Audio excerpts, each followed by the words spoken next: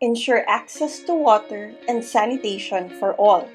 This is a challenge issued by Sustainable Development Goal number 6. While substantial progress has been made in increasing access to clean drinking water and sanitation, billions of people, mostly in rural areas, still lack these basic services. Worldwide, 1 in 3 people do not have access to safe drinking water.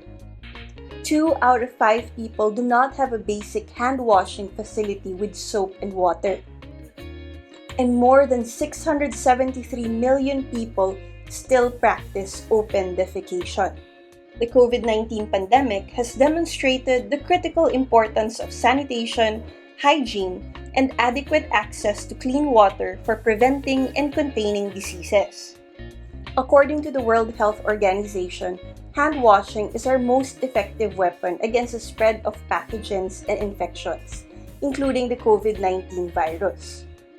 And yet, billions of people still lack safe water sanitation and funding is limited. So, what can we do to help give billions of people access to clean water and sanitation? And how are we so far in trying to achieve this?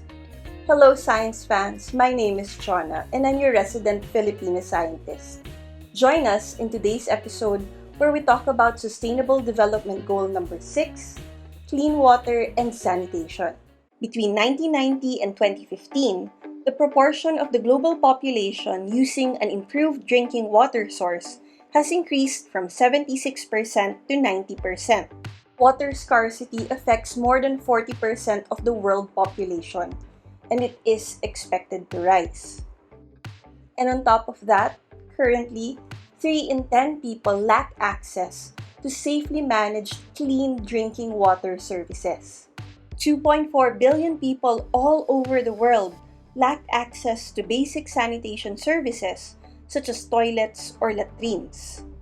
And on average, 1 in 4 healthcare facilities globally lacks basic water services.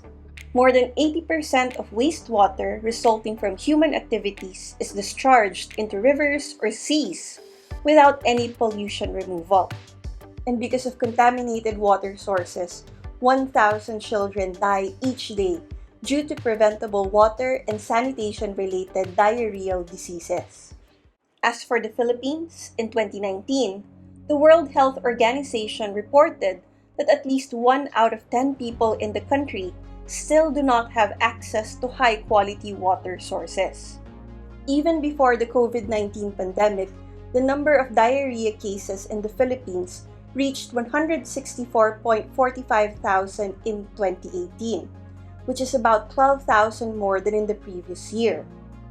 But to be fair, this is significantly lower than the 300,000 cases that we had in 2009. One of the key indicators of SDG 6 is that by 2030, we should achieve universal and equitable access to safe and affordable drinking water. At the moment, 2.2 billion people lack safely managed drinking water. And according to the World Bank, countries will need to quadruple their spending up to $150 billion a year to ensure universal access to clean water for drinking and sanitation. According to the WWF, the average cost per well is $8,000, which sounds like a lot. But clean water in the Philippines is pretty expensive too. On average, it can cost 20 to 50 pesos per 5 gallons, while each person uses about 80 to 100 gallons of water per day for indoor home uses. We will need to bring this cost down, as well as develop infrastructure in far-flung areas that still have no access to clean water indoors. Another key indicator for SDG 6 is that by 2030, we hope to achieve access to adequate and equitable sanitation and hygiene for all, and end open defecation, paying special attention to the needs of women and girls and those in vulnerable situations. For a lot of us, having a shower and a toilet indoors seem like a basic right that we often ignore. But right now, 4.2 billion people all over the world lack safely managed sanitation. And for women in these situations, it can end up being dangerous, even fatal.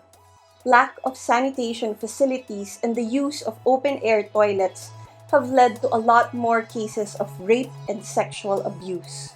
And the lack of access of water continue to disproportionately affect women even in other aspects of their lives, especially considering that women and girls are responsible for water collection in 80% of households that do not have access to water in their immediate premises. While over 75 million Filipinos have basic sanitation service at the national level, there are significant inequalities, particularly with regional coverage ranging only from 22% to 86%. We actually have around 6 million Filipinos who still have to practice open defecation, and 20 million who have no access to basic sanitation facilities.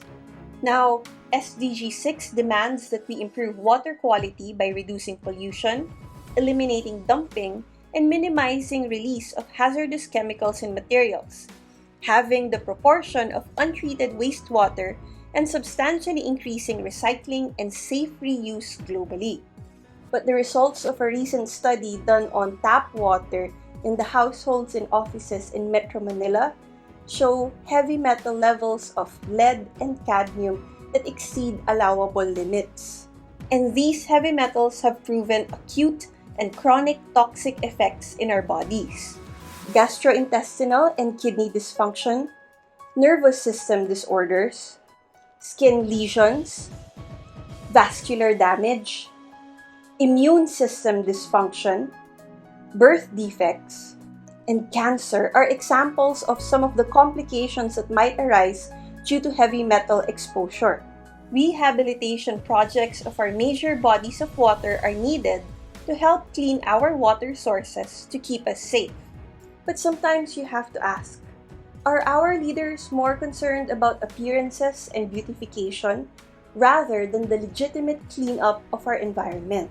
And this leads us to the mandate of SDG 6 for nations to protect and restore water-related ecosystems, including mountains, forests, wetlands, rivers, aquifers, and lakes.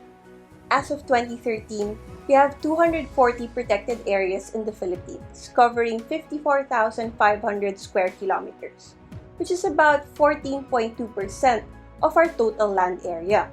DILG records show that from January to October 2020, the PNP has conducted 6,710 anti-illegal logging operations and has arrested some 3,336 illegal loggers across the country.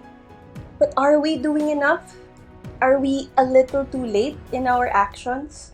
Especially considering that in 2021, our dams reached its lowest level in 21 years due to a combination of extended dry season and the destruction of our watersheds. Given all these challenges, what can STEM do to help with SDG 6? Well, first off, we have to listen to our ecologists and environmental scientists.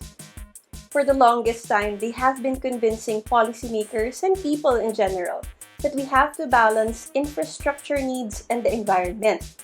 Sadly, some of us would rather have a subdivision than a rainforest with all its beauty and the services it provides. Through engineering, we can also create more efficient systems of irrigation to help lessen the use of more than 70% of our freshwater sources by agriculture and aquaculture. STEM can also create low-cost technologies that can be deployed in far-flung areas or even disaster-affected areas in order for us to filter and clean up the rare water sources and make it safe for drinking. STEM can also create improved sanitation facilities to help increase security of women in affected areas while also improving the health of the general population. And so science has spoken, and science will continue to speak. And in order for us to achieve the Sustainable Development Goals, we must try and listen. But what do you think? What science innovations can help achieve SDG 6? How can scientists cooperate with other sectors of society in order to help provide clean water and sanitation for everyone? Please share your thoughts and ideas in the comments section below. And to keep updated with the latest videos from SHE-ensya, please follow us on Facebook and on Instagram. Follow me also on Instagram at shona.abeledo. Thank you very much for joining us in this sustainability episode, and I hope to see you around!